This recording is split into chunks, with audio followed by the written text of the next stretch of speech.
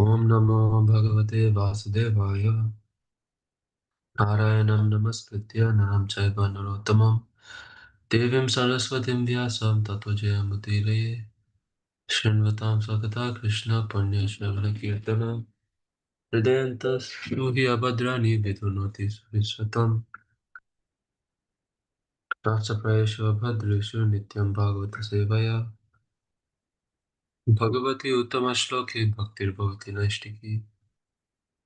Krishna everyone. Today we're going to be reading from Srimad Bhagavatam, Canto 4, Chapter 25, verses 30 and 31. Starting with text 30. Yadeshamapanga Kikan Ditendriyam Tavitra Bhava Smita Vibhramadbhuva Tvaya Pashrishto Bhagavan Manobhava Prabhadate Tanugraha Nasobhane. Translation and purports by Srila Prabhupada. Prabhupada Ki Jai. Translation. Certainly your glancing upon me today has very much agitated my mind. Your smile, which is full of shyness, but at the same time lusty, is agitating the most powerful Cupid within me. Therefore, O most beautiful, I ask you to be merciful upon me. Purport. Everyone has lusty desires within, and as soon as one is agitated by the movement of a beautiful woman's eyebrows, the Cupid within immediately throws his arrow at the heart. Thus one is quickly conquered by the eyebrows of a beautiful woman. When one is agitated by lusty desires, his senses are attracted by all kinds of vishaya, enjoyable things, like sound, touch, form, smell, and taste. These attractive sense objects oblige one to come under the control of a woman. This way the conditional life of a living entity begins. Conditional life means being under the control of a woman, and certainly the living entity is always at the mercy of a woman or a man. Thus living entities live in bondage to one another, and thus they continue this conditional material life, illusion manmaya.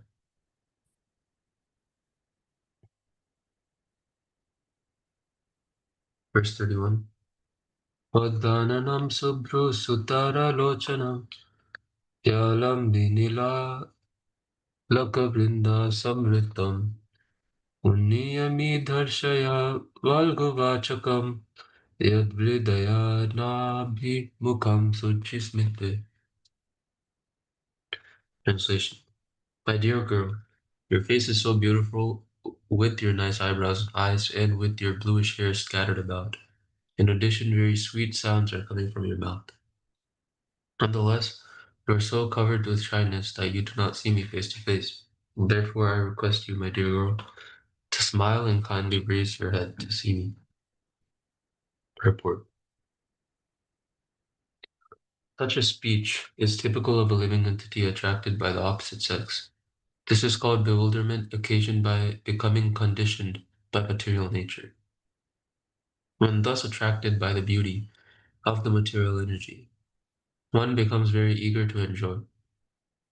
This is elaborately described in this instance of Paranjana becoming attracted by the beautiful woman. In conditional life, the living entity is attracted by a face, eyebrows or eyes, a voice or anything. In short, everything becomes attractive. When a man or woman is attracted by the opposite sex, it does not matter whether the opposite sex is beautiful or not.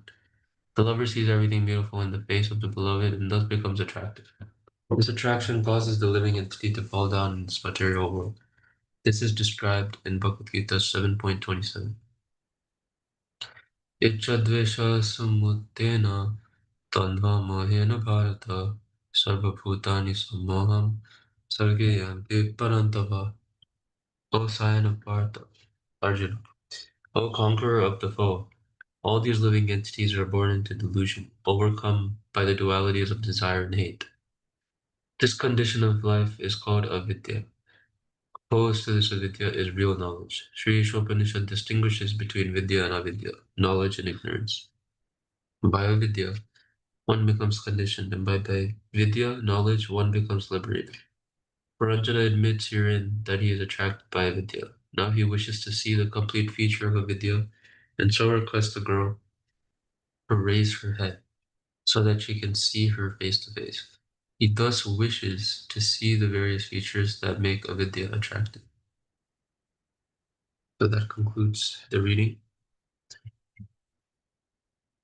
Namo Vishnu Padaya Krishna Prasthaya Bhutale Srimati Bhaktivedanta Swami Iti Namine Namaste Saraswati Devi Gauravani Pracharine Nirvishesha Shunyavadi Paschati Deshatarine Jai Shri Krishna Chaitanya Prabhu Nityananda Shri Advaita Gadadhara Shivasadi Gaura Bhaktivinoda Hare Krishna Krishna Krishna Hare Hare Hare Rama Rama Hare Hare.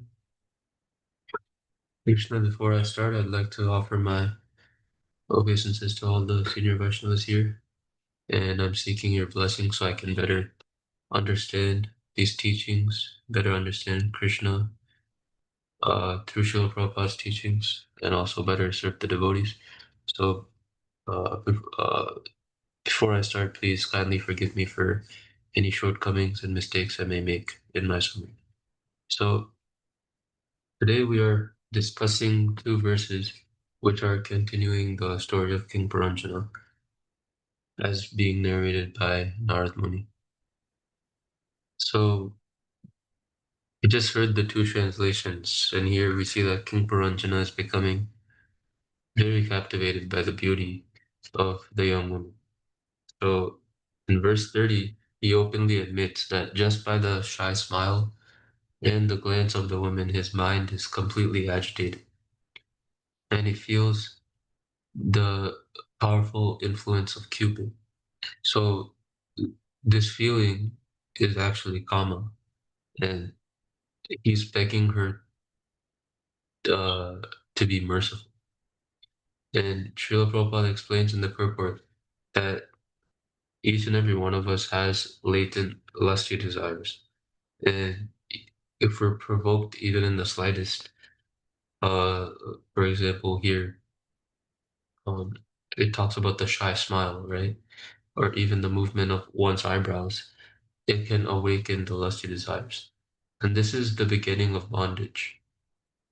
So the senses become attracted to many things, such as sound, touch, form, taste, and smell. And one, through these, becomes controlled by the opposite sex.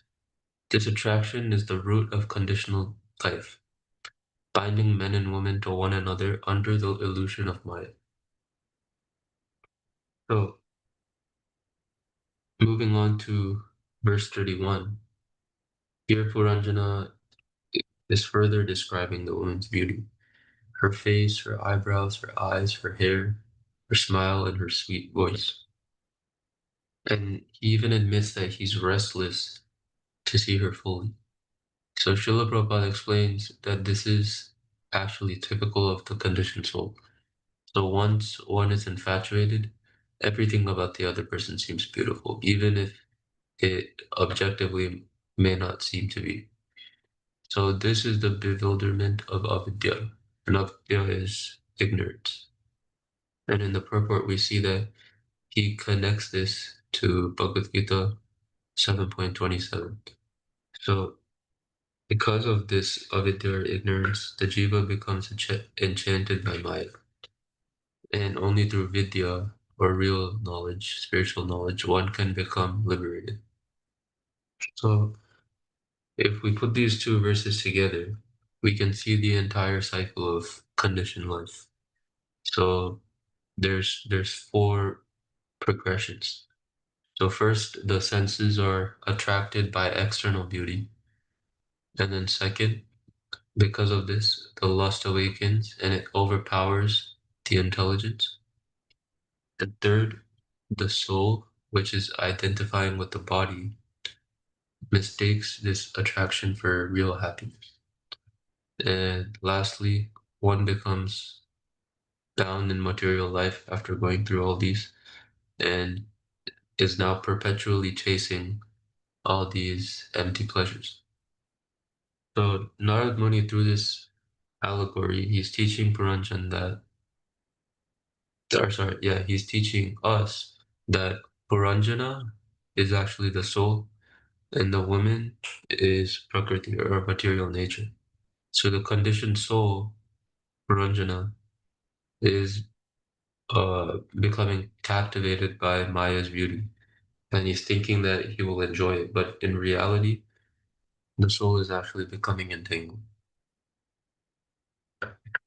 So another clear example of this is in the Mahabharata. When we talk about the Pandavas' ancestors. This is also mentioned in the Bhagavatam. When King Yayati becomes attached to enjoying youthfully, he begged his sons to give him their youth for his old age so he can enjoy more. And this was purely out of lust and attraction for sense enjoyment.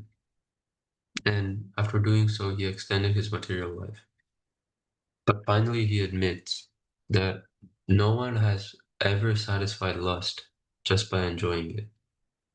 Desire only increases, and this realization brought him eventually to renunciation. So similarly, King Puranjana, here he's in the beginning of that trap. He thinks that the girl is his path to happiness, but actually she's representing his how he's conditioned and showing how he'll eventually suffer.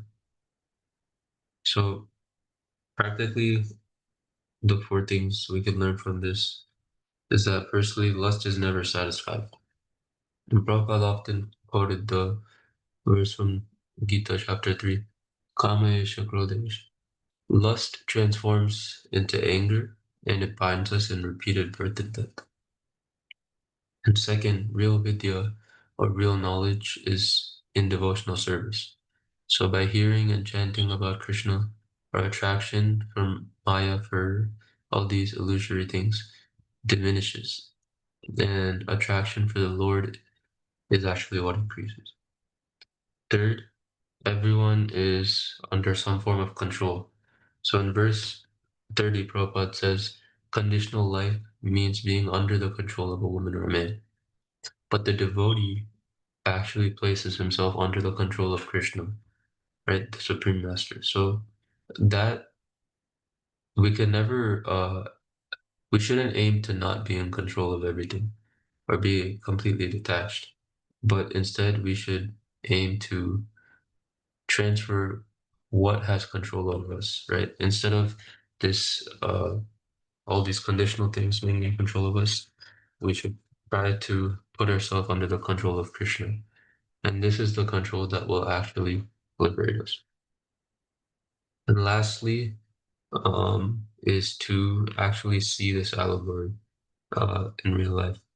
So Narad Muni, he's not merely just narrating a normal love story. He's revealing the actual subtle psychology that um, everyone has, like of the soul's bondage. So we can really wake up and we can take to bhakti.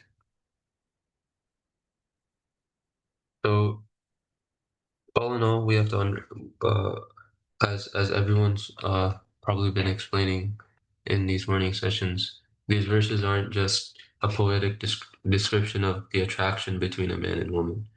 They're actually showing us how the conditioned soul is becoming captivated by Maya.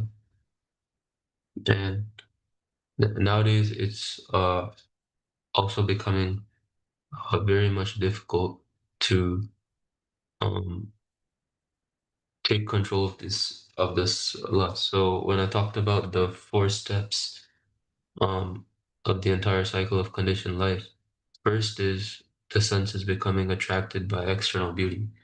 And nowadays, I mean, it's it's been going for a while ever since mass media was a thing, but um, many products are advertised uh, by using an attractive man or woman as the ambassador, right? Whether it be perfume, clothes, or even though it started from that, it even now that's basically connected to everything, right? Even in food ads, car ads, or anything. So So the Maya and the illusion is really strong everywhere we see it, and all the billboards. And now on mobile, like on phones, we have like 60-second videos, and every time you scroll, every 10 videos, you'll get an ad or a suggestion that is trying to get your attention and take hold of your lusty desires. So we have to be really careful, and we have to keep on reading Srimad Bhagavatam. So keep on listening to lectures, just as everyone here is doing today. And by this repeated process, even if we are, navigating this material world where there's so many points of attraction by external beauty, um, we we actually transform our understanding and our perspective on everything by continuing this reading, chanting, and hearing. So to wrap it up, we just I wanted to quote one verse from the Gita, when we can remember these instructions. So in Bhagavad Gita 15.15, Krishna says, "From me comes remembrance, knowledge, and forgetfulness." So by understanding this, we can turn away from avidya, and we can engage our senses in Krishna's service. So instead of being like Puranjana, controlled by illusion, we can actually become a surrendered soul under the shelter of Krishna. And that's the only path to liberation. So that's all I had prepared for today. Please, again, forgive